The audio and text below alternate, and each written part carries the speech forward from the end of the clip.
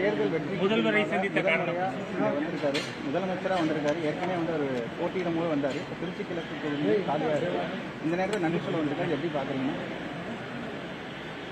மாண்புமிகு முதலமைச்சர் அன்பு சகோதரர்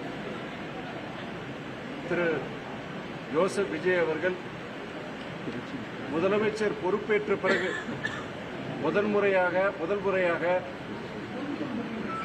திருச்சி மாவட்டத்திற்கு வருகை தந்துள்ளார். இதனையொட்டி நாடாளுமன்ற உறுப்பினராக நான் இங்கு வந்து மாண்புமிகு முதலமைச்சர் அவர்களை வரவேற்றேன்.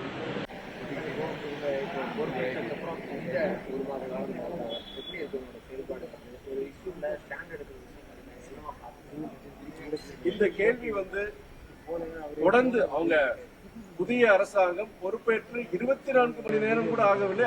ஆனா வந்து இந்த கேள்வி பொறுத்தவரைக்கும் பிரச்சனைகளை பத்தி சொல்றாங்க, என்ன நடவடிக்கை எடுத்துன்னு சொல்றாங்க, இல்ல முன்னாடி விட இப்போ இந்த அரசாங்கத்துக்கு வித்தியாசம் இல்லைன்னு சொல்றாங்க.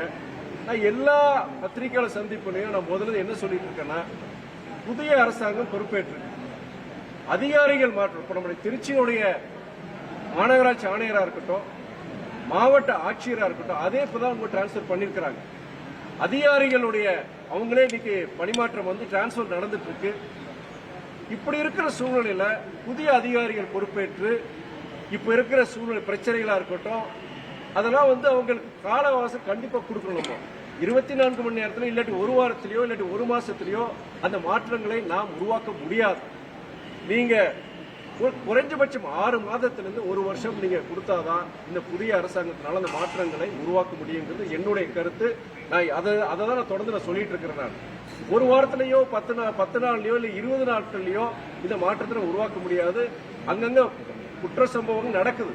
ஆனா அந்த குற்ற சம்பவம் நடக்கும் பொழுது அதுக்கு காரணமான குற்றவாளிகளை கைது செய்யறதா இருக்கட்டும், வழக்கு போடுறதா இருக்கட்டும், எஃப்ஐஆர் ரிஜிஸ்டர் பண்றதா இருக்கட்டும், அதுல எந்த காலதாமதமும் கிடையாது.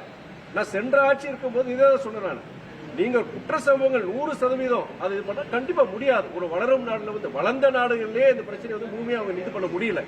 அப்படி போன்ற இதுல வந்து ஆனால் குற்ற சம்பவம் நடக்கும் பொழுது எந்தவித நடவடிக்கை எடுக்காம அந்த குற்றவாளிகள் மேல எந்த வித எடுக்காம இருக்கு, அது தவறு. அது வந்து பொறுத்த வரைக்கும் அது போன அரசாங்கத்தில் அந்த பிரச்சனை கிடையாது. இப்போ இந்த ஆட்சியையும் பொறுத்த வரைக்குமே அதுக்கான அந்த மாதிரி பிரச்சனை கிடையாது. நீங்க கோயம்புத்தூர் நடந்த சூலூர் நடந்த பிரச்சனையா இருக்கட்டும், இல்ல இங்க புதுக்கோட்டை மாவட்டத்தில் பிரச்சனையா இருக்கட்டும், அந்த பிரச்சனை சார்ந்த நபர்கள் அவங்க கைது செஞ்சிருக்கிறாங்க. குண்டாஸ் வழக்கு அவங்க மேல போட்டிருக்கிறாங்க, கடுமையான நடவடிக்கை எடுத்திருக்கிறாங்க.